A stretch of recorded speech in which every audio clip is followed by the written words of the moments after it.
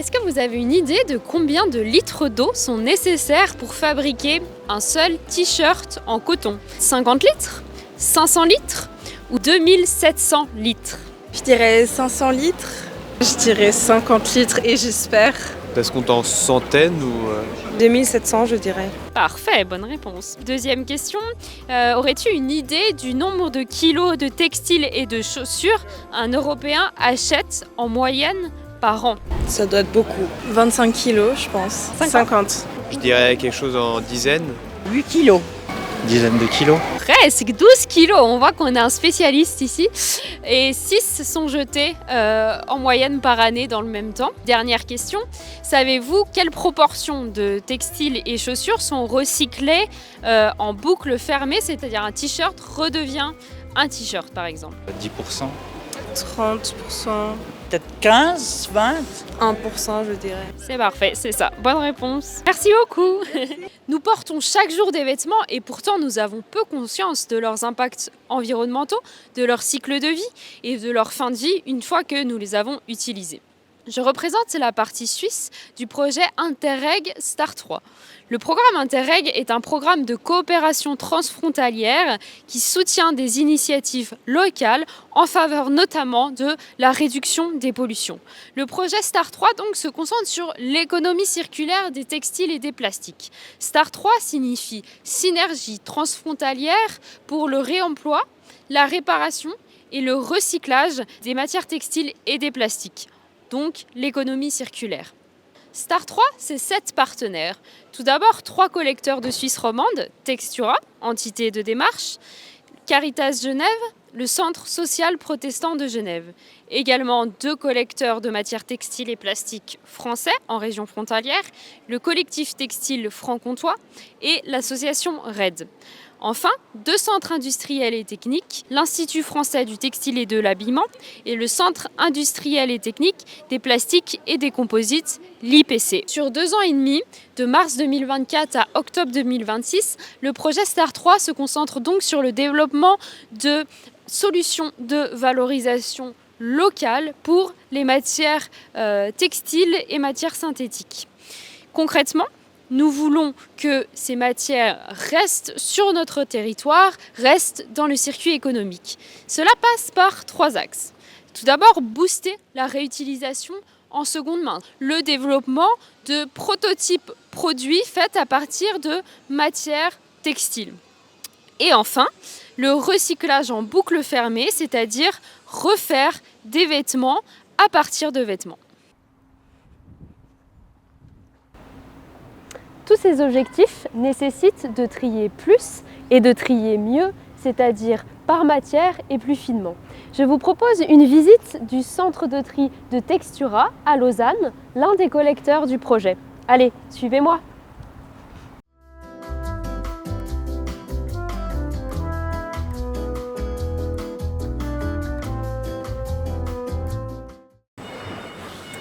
Nous sommes ici au centre de tri de Textura où nous allons donc rencontrer le responsable du secteur tri. Alexandre, quelles sont les difficultés, les défis auxquels vous faites face tous les jours au tri? Eh bien, la plus grande des difficultés, c'est la fast fashion. Les vêtements sont de moins en moins de bonne qualité et du coup, ils sont moins utilisables pour nos filières de valorisation de seconde main. Ensuite, il y a une complexification en fait sur les étiquettes. On avait avant beaucoup de 100% laine, 100% coton et maintenant il y a beaucoup de matière dans le textile, notamment beaucoup de polyester qui est une matière à base de pétrole. Dans ce contexte, comment le projet Star 3 vous aide-t-il? Star 3 va nous permettre d'améliorer en fait la formation de nos opérateurs et opératrices. Il nous a déjà permis en fait de pouvoir acquérir un spectromètre qui est un outil qui va analyser en fait le textile et la matière dans le textile. Par contre, c'est une manipulation qui est plutôt longue puisqu'elle se fait textile par textile et tout est unique. Très bien. Merci Alexandre. Pendant 1 an, les collecteurs du projet Star 3 vont cartographier en quantité et en qualité les textiles qui sont collectés. C'est-à-dire pouvoir dire quel volume on retrouve sur le territoire de coopération et aussi quelle proportion de matière on retrouve chez chaque collecteur. Une fois que nous connaissons les matières les plus retrouvées dans nos collectes, il s'agit de développer des produits à partir de ces mêmes matières, des vêtements. On parle de décyclage lorsque nous produisons des produits à partir de ces matières textiles et de recyclage lorsque nous recyclons complètement le vêtement, par exemple faire un t-shirt à partir d'un t-shirt. Ces deux objectifs sont au cœur du projet STAR 3. Pour cela, plusieurs étapes sont nécessaires et sont complexes. C'est là qu'interviennent les deux centres industriels et techniques dont nous avons parlé précédemment. L'Institut français du textile et de l'habillement, ainsi que le Centre technique industriel des plastiques et des composites basé en France. Allez, je vous propose qu'on aille y faire un tour.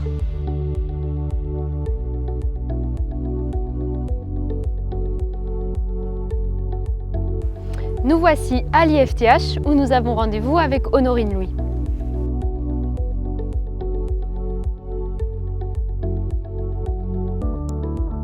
Alors l'IFTH est le centre technique industriel des domaines. Donc nous avons pour rôle d'accompagner tous les acteurs de la filière textile et habillement dans les 4 grands domaines d'expertise qui sont donc testés, innovés, certifiés et formés. Et le rôle de l'IFTH au sein du projet STAR 3, quel est-il ? Alors l'IFTH s'appuiera sur son expertise en recherche et développement, notamment dans ses outils de prototypage et sur sa plateforme de recyclage pour avoir la possibilité de recréer un textile comme neuf à partir de textiles usagés. Nous pourrons aussi utiliser les laboratoires tests et essais qui permettront de caractériser les produits recyclés, comme par exemple la résistance mécanique d'un textile. Et comment se matérialise la collaboration entre d'un côté les collecteurs et trieurs de textiles et de l'autre les deux centres industriels et techniques ? Cette collaboration se matérialisera par la réalisation de prototypes produits. Donc par exemple, en boucle ouverte, on pourra faire à partir d'un t-shirt polyester un pot de fleurs. Ensuite, en boucle fermée, on va pouvoir réutiliser un t-shirt usagé pour en refaire un nouveau t-shirt. Et le t-shirt sera donc comme neuf. Voilà, refaire un vêtement à partir d'un vêtement. Ces prototypes représentent des solutions concrètes de valorisation des textiles collectés. Ainsi, ils réintègrent l'économie locale sous diverses formes. Merci Honorine, et tu fais bien de parler d'économie, puisque le projet STAR 3 n'oublie pas d'étudier la viabilité économique de ces filières pour qu'elles soient durables et profitent à l'économie locale.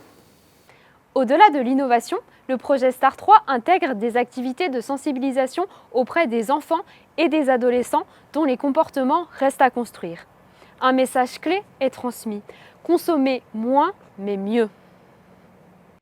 Le projet STAR 3 applique cette même méthode relative aux textiles usagés, cette fois aux produits plastiques rigides de grande consommation.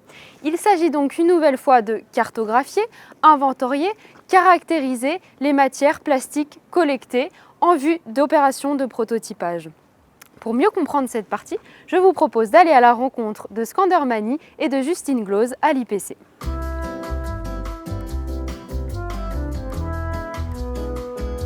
IPC est le centre technique industriel de la plasturgie et des composites, dédié à accompagner les industriels français dans leurs enjeux liés à la transition écologique, à l'industrie du futur et au développement de produits plastiques à forte valeur ajoutée. Comment le projet STAR 3 pourra-t-il s'appuyer sur l'expertise et les moyens technologiques de l'IPC pour accomplir ces différents axes de travail ?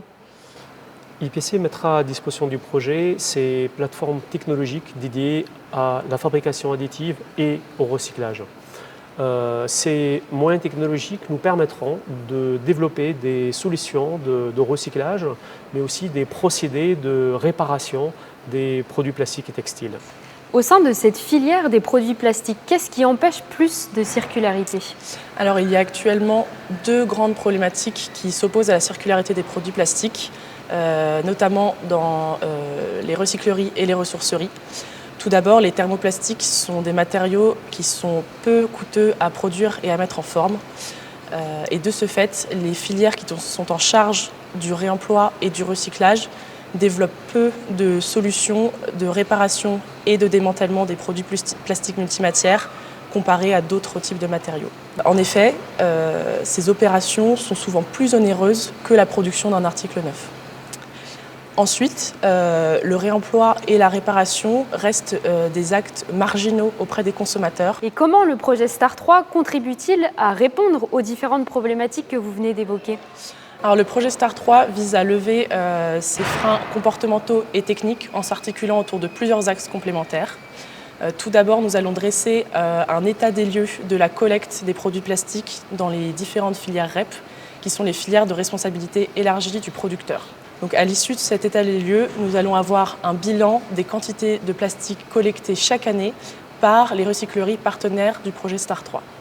Et une fois cet état des lieux dressé, quelle est la prochaine étape ? À la suite de cette cartographie, nous allons sélectionner des échantillons représentatifs de l'eau collectée précédemment afin d'effectuer des tests d'aptitude au tri et au recyclage. Et en parallèle de ces tests de recyclage, nous allons développer des protocoles de réparation via des procédés de fabrication additive. L'économie circulaire des textiles et des plastiques représente de nombreux défis que les 7 partenaires du projet STAR 3 sont fiers de relever. Je vous donne rendez-vous dans 2 ans pour les résultats du projet.